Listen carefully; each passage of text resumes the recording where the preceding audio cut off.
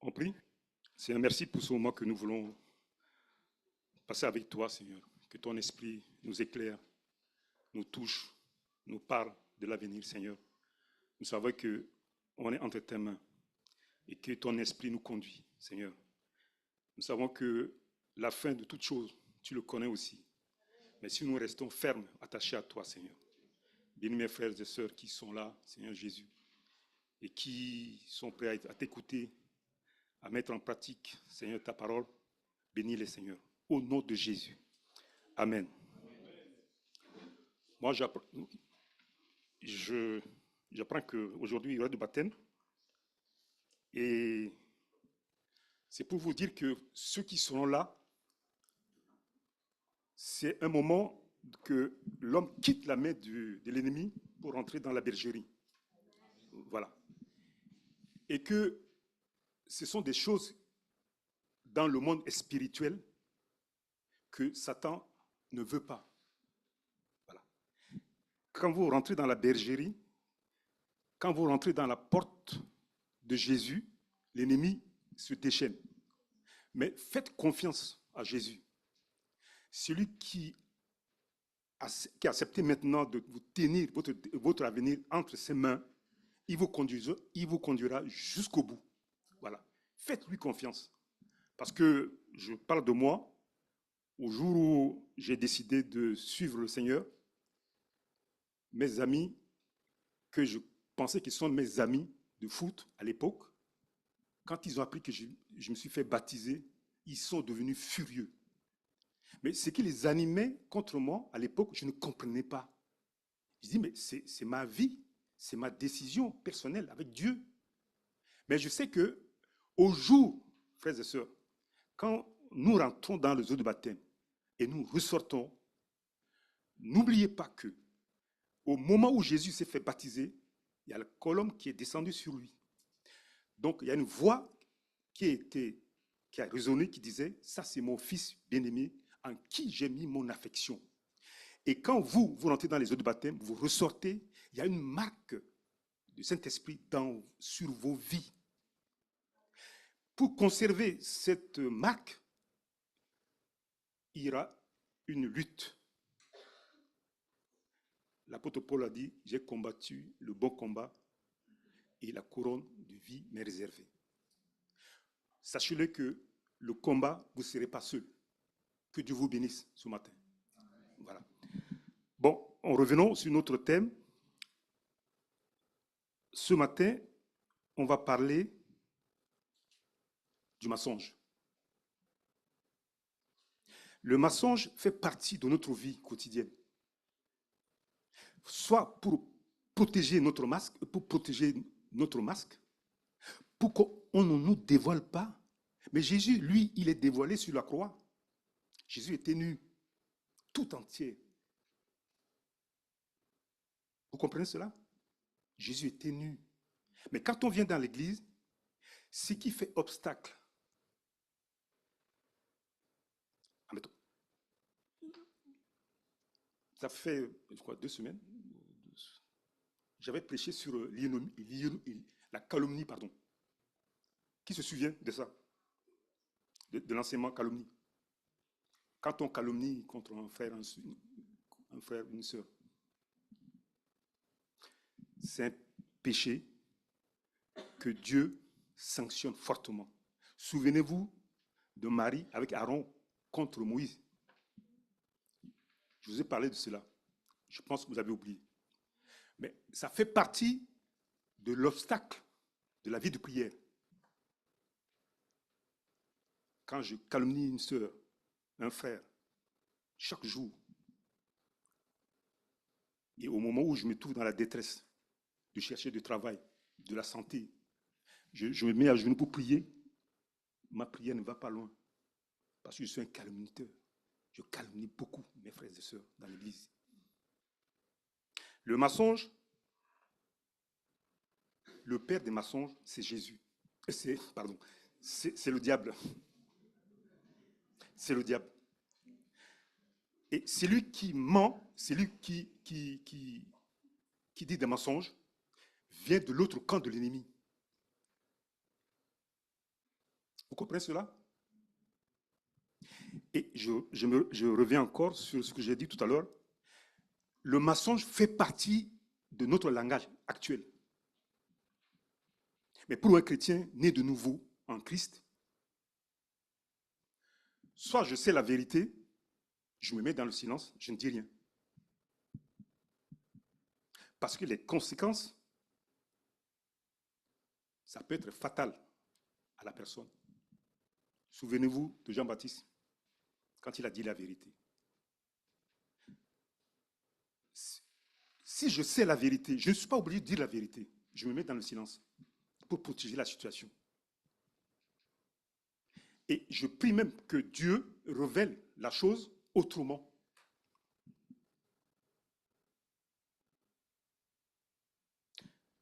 Dire le mensonge toute la journée, un demi-mensonge pour un chrétien, à l'instant même où il se protège du mensonge, ça passe. Mais quand il est en difficulté, quand il est en souci, il crie à Dieu, Dieu n'attend pas, Dieu ferme l'oreille.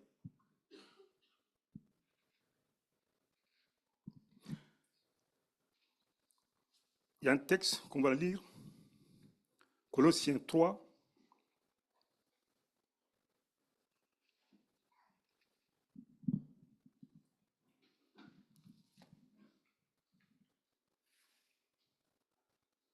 « 9 à 10. Ne mentez pas les uns aux autres, vous étant dépouillés du vieil homme et de ses œuvres, ayant revêtu de l'homme nouveau qui se renouvelle dans la connaissance selon l'image de celui qui l'a créé. On est créé à l'image de Dieu. Deuxième lecture, Proverbe 10, 18.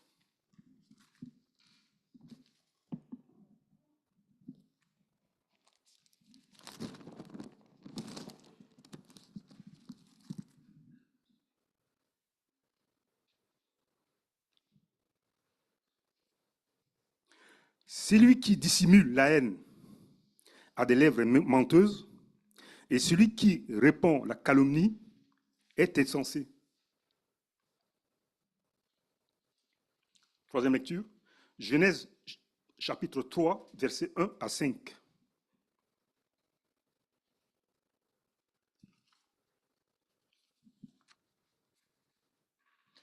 Le serpent était le plus rusé de tous les animaux du champ que l'Éternel Dieu avait fait. Il dit à la femme, Dieu a-t-il réellement dit, vous ne mangerez pas de tous les arbres du jardin? La femme répondait au serpent, nous mangerons du fruit des arbres du jardin, mais quant au fruit de l'arbre qui est au milieu du jardin, Dieu a dit, vous n'en mangerez point et vous n'y toucherez point, de peur que vous ne mourrez.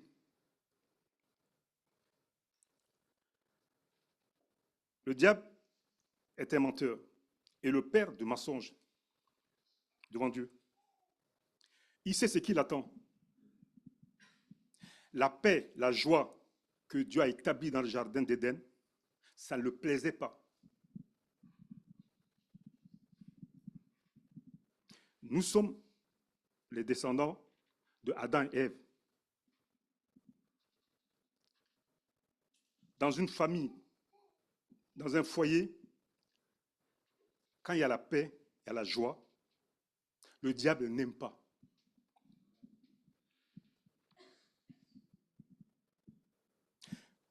Mes frères et sœurs aujourd'hui qui vont décider de suivre le Seigneur, le lion rugissant va continuer à tourner autour d'eux. Prions pour eux.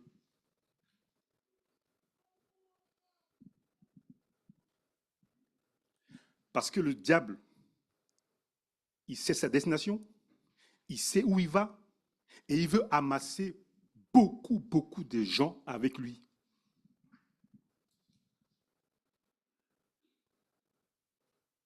Vivre dans la vérité, vivre dans la droiture.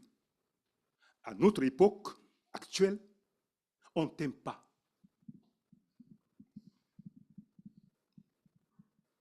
si vous ne savez pas ça, je vous le dis. Quelqu'un qui est droit, quelqu'un qui marche dans la vérité, quelqu'un qui dit la vérité, on ne l'aime pas. C'est pourquoi, souvenez-vous de la prière de Jésus. Père, je ne prie pas pour le monde, mais je prie pour ceux que tu m'as donnés. Parce que Jésus le sait.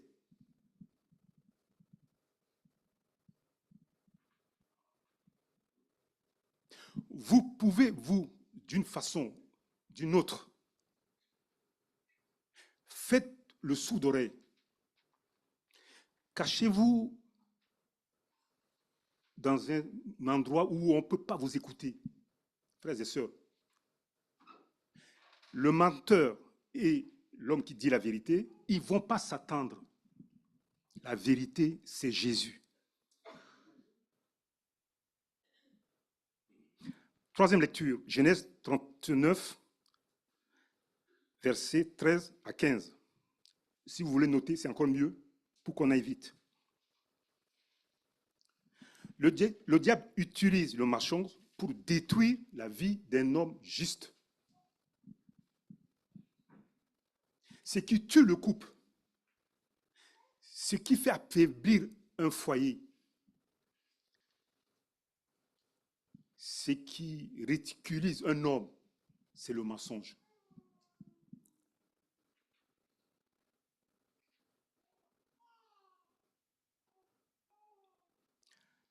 Quand tu es droit, quand tu es juste, tu gênes.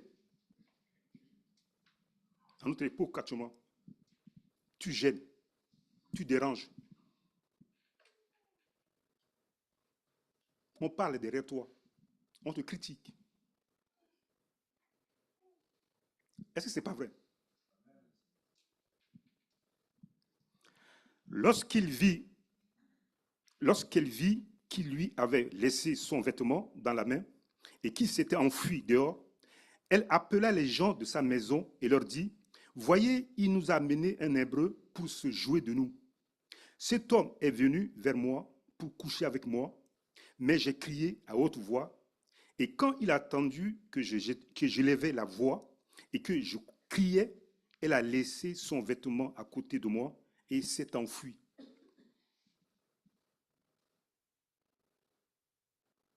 Joseph.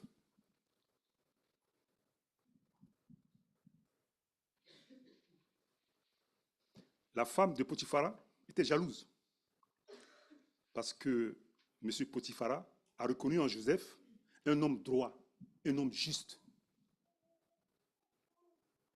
un homme qui plaît à Dieu, un homme de vérité.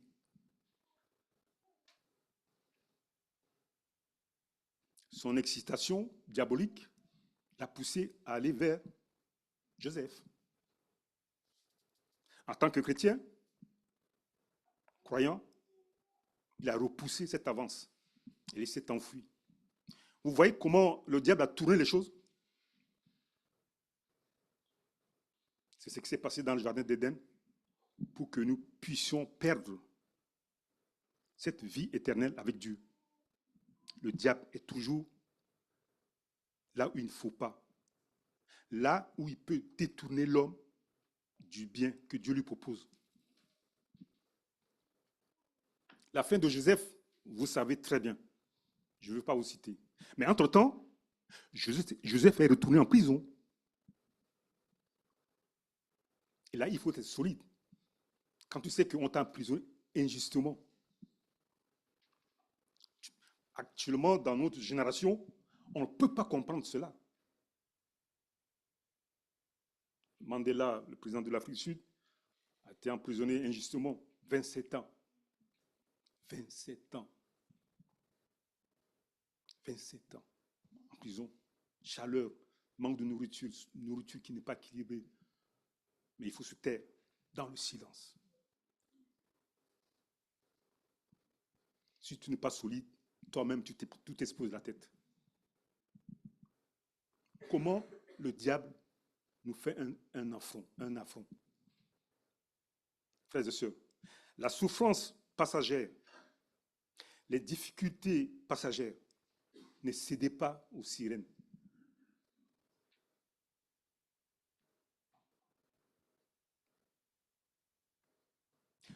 vous n'échapperez pas.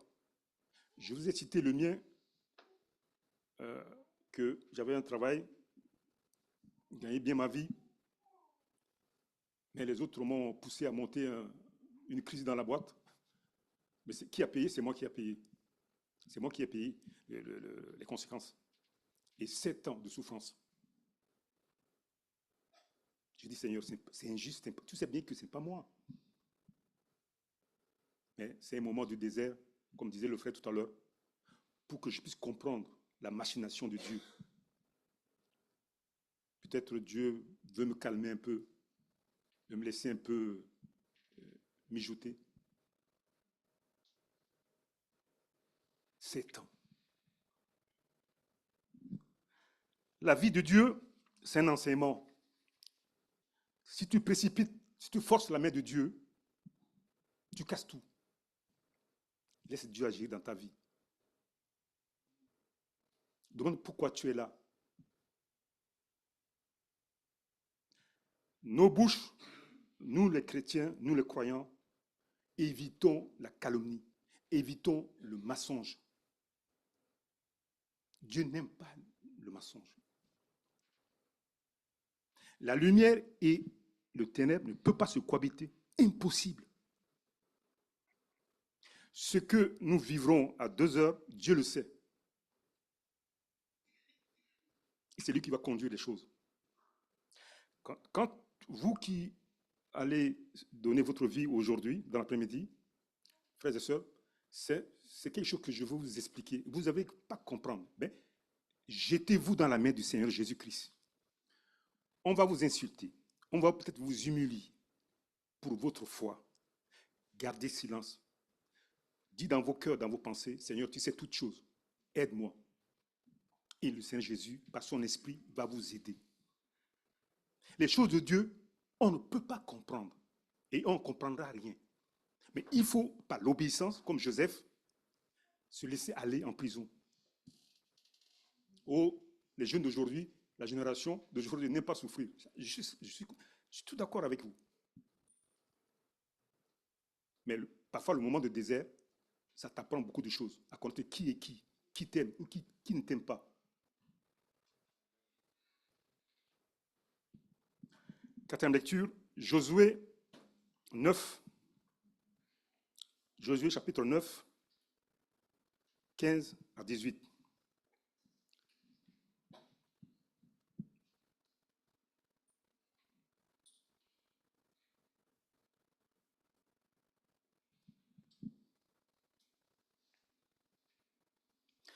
Josué fit la paix avec eux, conclut une alliance pour laquelle il devait leur laisser la vie. Parce que Dieu a dit que les gens que vous allez visiter, que vous avez traversé leur pays, ce sont des gens qui sacrifient les enfants, qui ont une vie qui n'est pas pure. Vous les trouvez, vous les éliminez. Et ce peuple d'un autre village a écouté cette histoire. Et ils ont fait la ruse pour venir tromper Josué.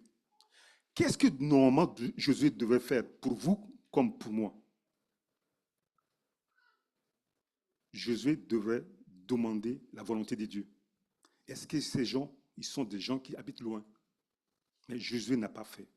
Donc c'est pour vous dire que, je reviens vers vous, pour vous dire que le matin, on ne sait pas ce qui va passer à 9h, 10h, 11h, 12h. Mais Dieu le sait. Si je me mets à genoux pour prier, Seigneur, conduis ma journée, Dieu le conduira. Et là, Josué n'a pas fait. Josué fit la paix avec eux, conclut une alliance par laquelle il devait leur laisser la vie. Et les chefs de l'assemblée leur jurèrent. 3 jours après la conclusion de cette alliance, les enfants d'Israël apprirent qu'ils étaient leurs voisins et qu'ils habitaient au milieu d'eux. Car les enfants d'Israël partirent et arrivèrent à leur ville le 3e jour.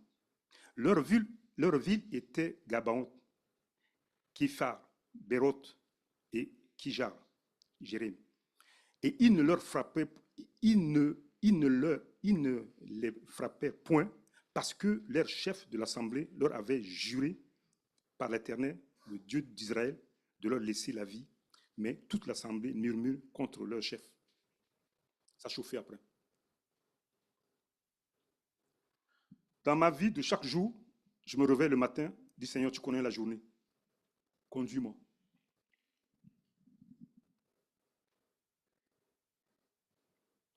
Le diable va te faire des propositions. Le diable va te trouver une porte. Le diable va te proposer de l'argent. Mais derrière toutes ces propositions, tu ne sais pas qui est derrière. Si tu as prié ce matin avant de sortir de la maison, l'Esprit de Dieu va te révéler ces choses. Ou l'Esprit de Dieu va te bloquer de ne pas faire. C'est pourquoi c'est important pour un chrétien, une chrétienne, tôt le matin de se mettre à genoux, le soir de se mettre à genoux, avant d'aller au lit.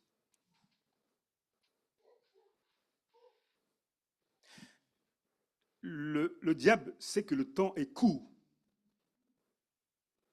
Le diable sait que le temps est court. Et là, il y a des agitations qui sont partout dans le monde.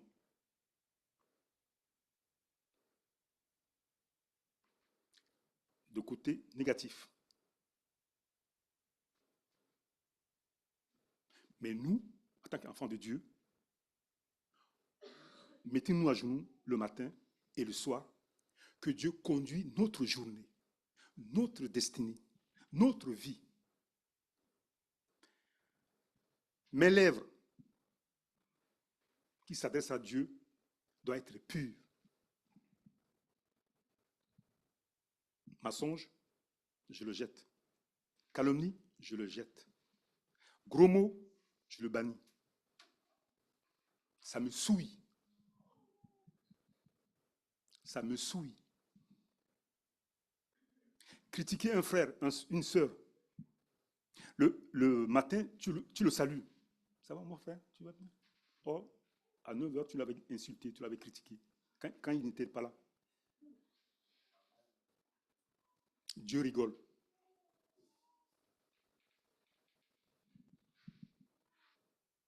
Ce que je dis, ça doit être réciproque à ce que j'ai dans mon cœur vis-à-vis de ma soeur ou de mon frère. Un enfant de Dieu. La Bible dit, Dieu nous a créés à son image. Le Saint-Esprit qui solutionne des problèmes, qui me guérit, qui me soulage, qui me relève, qui m'ouvre les portes du travail. Il faut qu'il voie en nous la vérité. Dieu est la vérité. Jésus est la vérité.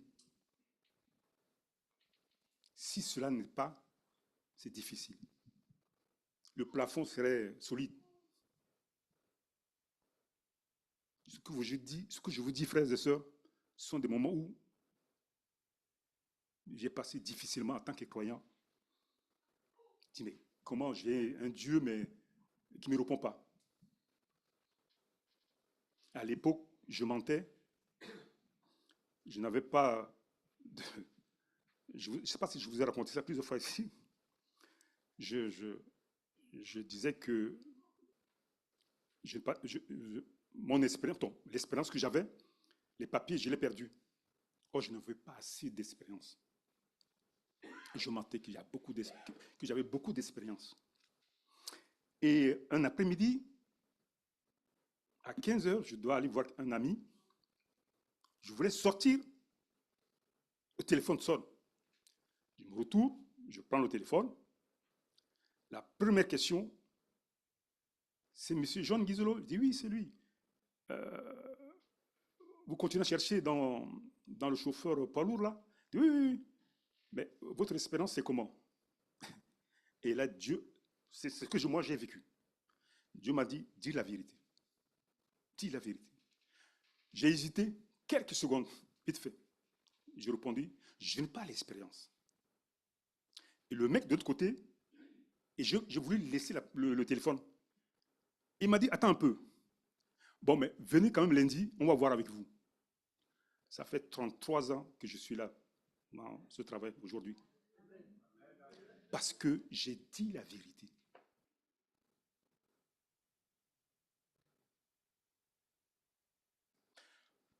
Ma bouche, je dois éviter, je répète encore, je dois éviter la calomnie pour un frère et une sœur dans l'église. Vous avez su, vous avez lu l'histoire de Aaron, Marie et Moïse. Ça coûte très cher.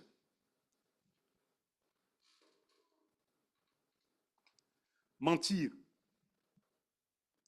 ça fait partie d'un élément où ça peut te bloquer.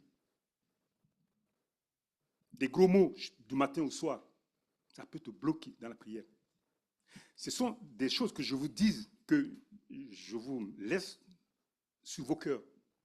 Que si vous vivez cela, petit à petit, enlevez ça. Demandez à Jésus de vous enlever ça.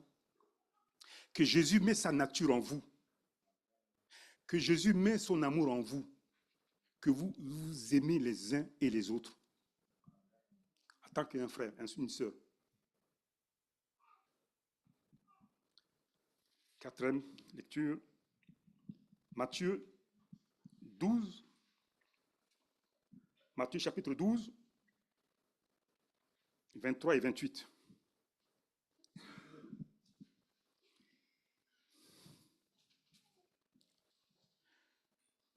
Le diable accuse même le Seigneur Jésus-Christ qu'il était menteur.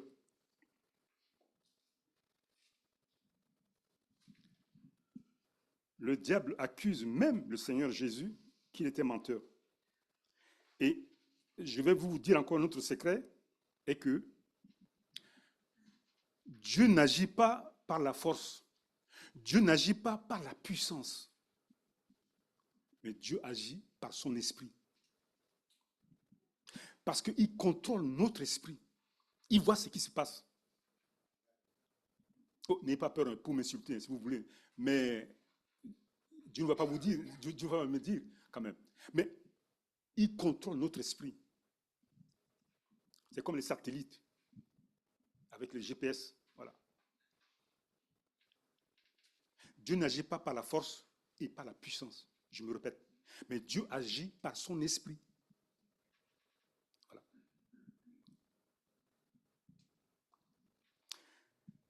Toute la parole étonnée disait, n'est-ce point là le fils de David?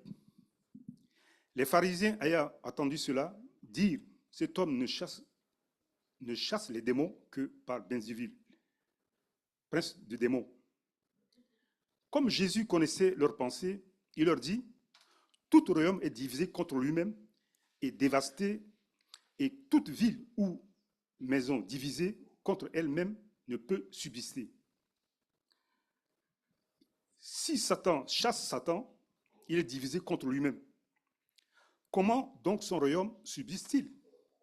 Et si moi, je chasse les démons par Beelzébul, vos fils, par qui les chassent-ils? C'est pourquoi ils seront eux-mêmes vos juges. Mais si c'est par l'Esprit de Dieu que je chasse les démons, le royaume de Dieu est donc venu vers vous.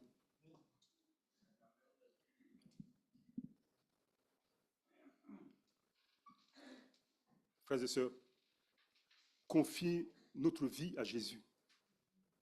Il est descendu vers le ciel, il est descendu du ciel pour venir nous apprendre l'amour, le pardon et payer notre dette que Adam et Ève avaient provoquée dans le jardin d'Éden pour nous réconcilier avec le Père à travers son sang. Maintenant, il est assis à la droite du Père. Et avant de partir, vous voyez de quel amour Jésus a. Jésus a demandé à son Père de lui envoyer le Saint-Esprit. Et le Saint-Esprit est descendu au jour de Pentecôte. Donc là, maintenant, c'est la mission du Saint-Esprit pour veiller sur nous.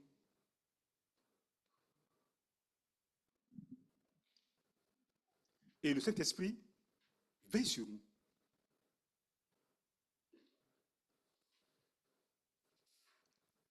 si nous mettons en pratique la parole de Jésus, si nous vivons dans la vérité, si nous reconnaissons qu'on a blessé une sœur ou un frère, on demande pardon, certainement, le Saint-Esprit serait satisfait et va dire, ça c'est mon fils, ça c'est ma fille, il veillera sur nous.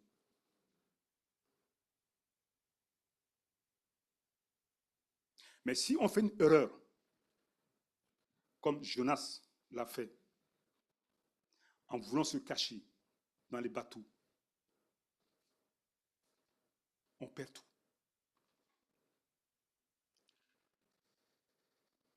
Et malgré que Jonas s'est caché dans le bateau, Dieu l'a démasqué quand même. Et il a demandé pardon. Parce que là, quand il te sentait dans le ventre de poisson, il savait que c'était fini pour lui. C'est la mort. Quoi. Il a demandé pardon à Dieu d'aller à Ninive. Et il est allé dans l'obligation. Frères et sœurs, je suis là de passage simplement dire qu'avec Dieu, on doit être simple, tout entier. Ne pas insulter, ne pas dire des bêtises, ne pas mentir. Ça nous fera un défaut dans des bénédictions. Dieu est bon. Je vous assure, au jour où quand moi je commençais à me mettre à genoux, demander à Dieu de m'aider, de me conduire, Dieu l'a fait. Je vous dis ça tout simplement comme ça. Dieu l'a fait. Il y a des choix qui va continuer ma vie, qui sera ma destinée. Dieu a conduit aussi, parce que je lui ai fait confiance. Faites confiance à Dieu. Jésus nous aime. 5e lecture, Jean 12, 13.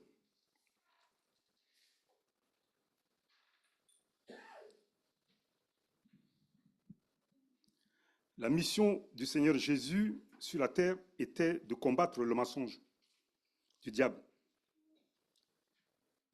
Il est venu pour mettre la paix là où il n'y a pas la paix, il n'y a pas la joie, il n'y a pas la santé. Il peut vous guérir, il peut vous bénir, mais dites la vérité, vivez dans la vérité, aimez vos prochains, même si c'est dur, même si l'autre vous a fait une crasse. Ne gardez pas la haine.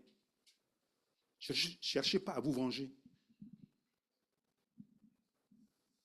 Je vous assure, ça va vous détruire vous-même que que le diable a utilisé pour vous prononcer ce langage, ce mot.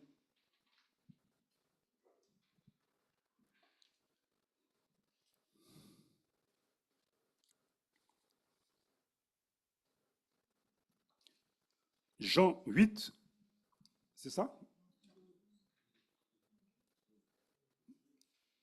Non. Jean 8, pardon. Jean 8, 12, 13.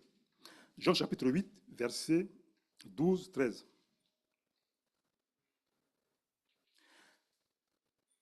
Jean chapitre 8, verset 12 et 13. Jésus leur parla de nouveau et dit, je suis la lumière du monde. Celui qui me suit ne marchera pas dans les ténèbres, mais il aura la lumière dans la vie. Là-dessus, les pharisiens lui dirent, tu rends témoignage de toi-même, ton témoignage n'est pas vrai. C'est la vérité. Jésus est la lumière. Celui qui vit avec Jésus vit dans la lumière. Et nous devrions être ainsi. Le mensonge, calomnier un frère, même si c'est vrai, mais ce n'est pas à moi de dire sur son dos, parler de mal de mon frère, de ma soeur. Sinon, j'aille le voir. pour discuter avec lui, avec elle. Ça fait partie de blocage dans ma prière.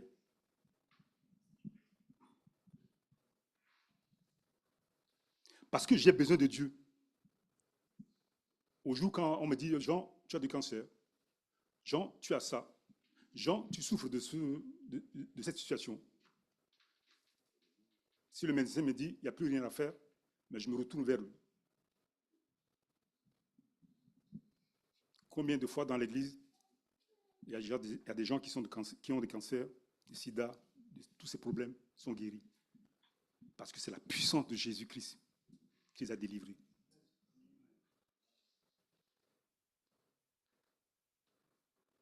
Jésus est la vérité. Jésus est la lumière.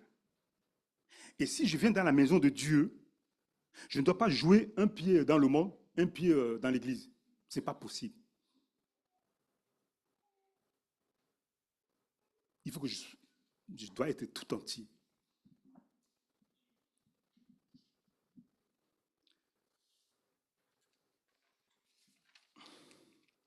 Sixième, il est quelle heure? Pour ne pas que je vous entraîne loin. Jean 8, 30, 32. Ah oui, bientôt.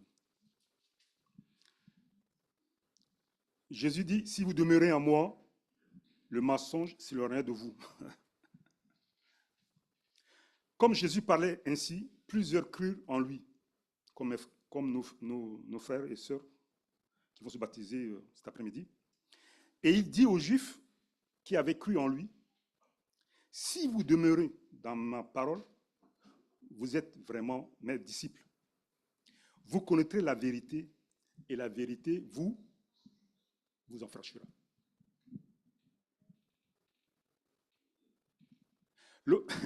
Ce qui nous fait tromper parfois est que quand tu vis dans la vérité, la solution, comment dirais-je, Dieu ne réagit pas instantanément comme le diable. Tu vas souffrir un petit peu. Mais celui qui dit le mensonge, il gagne très vite. Mais après, quand on va faire la différence, on voit un homme d'honneur, un homme de vérité, qui est Joseph, qui est devenu premier ministre d'Égypte. Oh, ça a pris du temps, Joseph. Frères et sœurs, ne courez pas derrière ce monde, derrière la richesse de ce monde. Contentez-vous de ce que vous avez, de ce que j'ai. Le diable nous piège sur ce problème-là.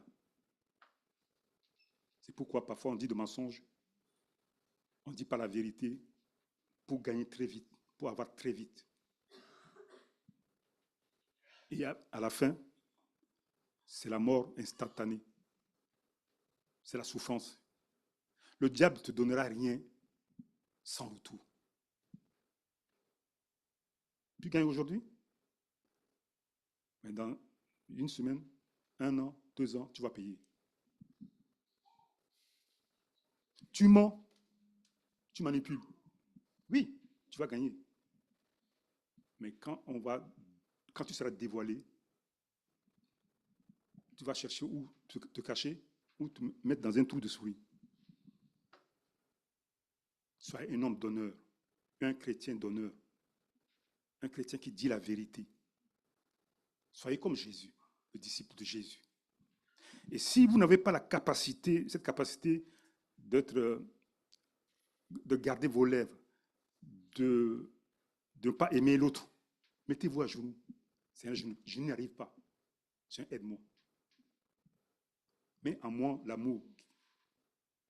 Mets en moi ta paix, ta joie. Faites-le.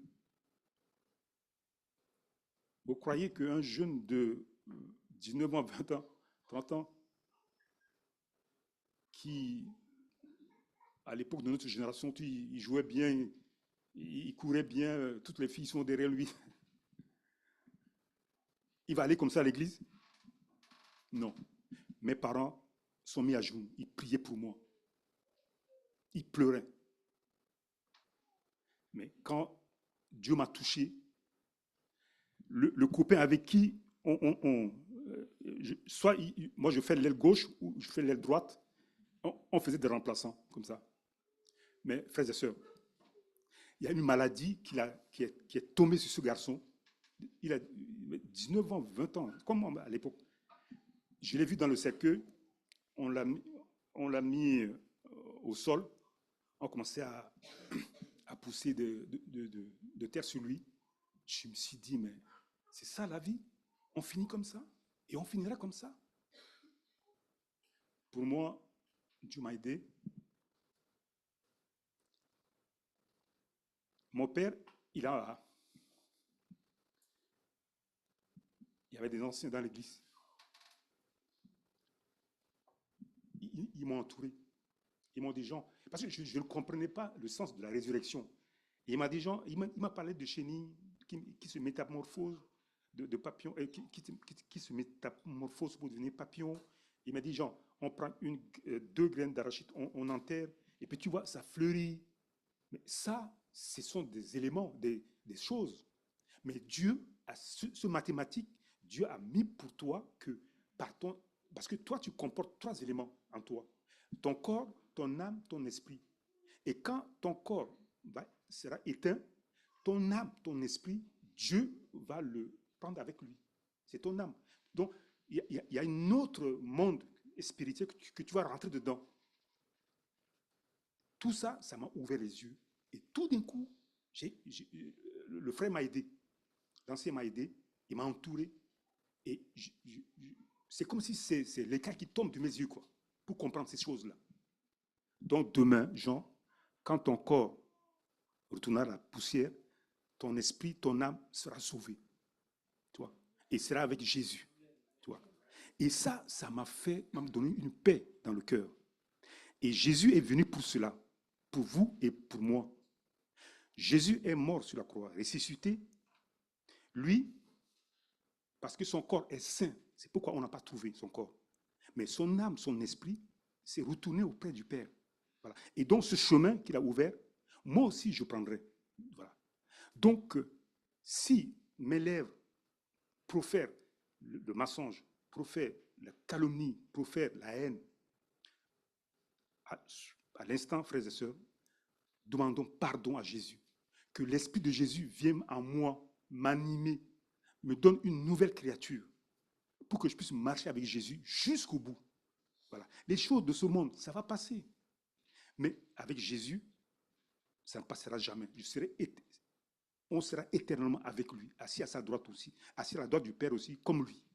Parce qu'il nous a promis cela, frères et sœurs. Donc, gardez cette parole de vie en vous. Voilà. Et dernière lecture, c'est dans 2 Timothée 4, 6, 7.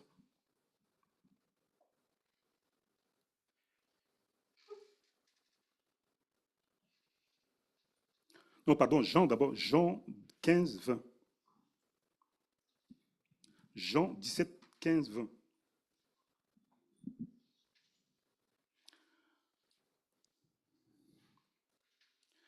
Je ne te prie pas de les ôter du monde, mais de les préserver du mal. Ils ne sont pas du monde, comme moi, je ne suis pas du monde. Sanctifie-les par ta vérité. Ta parole est la vérité. Quand tu m'as envoyé dans le monde, je les ai aussi envoyés dans le monde. Je me sanctifie moi-même pour eux, afin que eux aussi soient sanctifiés par la vérité. Ce n'est pas pour eux seulement que je prie, mais encore pour ceux qui croiront à moi par leur parole. Comme nos jeunes, comme nos frères et sœurs qui vont rentrer dans les autres baptêmes cet après-midi. Dernière lecture, 2 Timothée, chapitre 4, versets 6 et 7. Car pour moi, je sers déjà la libation et le moment de mon départ approche. J'ai combattu le bon combat. J'ai achevé la course. Je garde la foi. L'apôtre le parle parce que lui, la flagellation, l'humiliation, il a eu pour parler de Jésus. Voilà.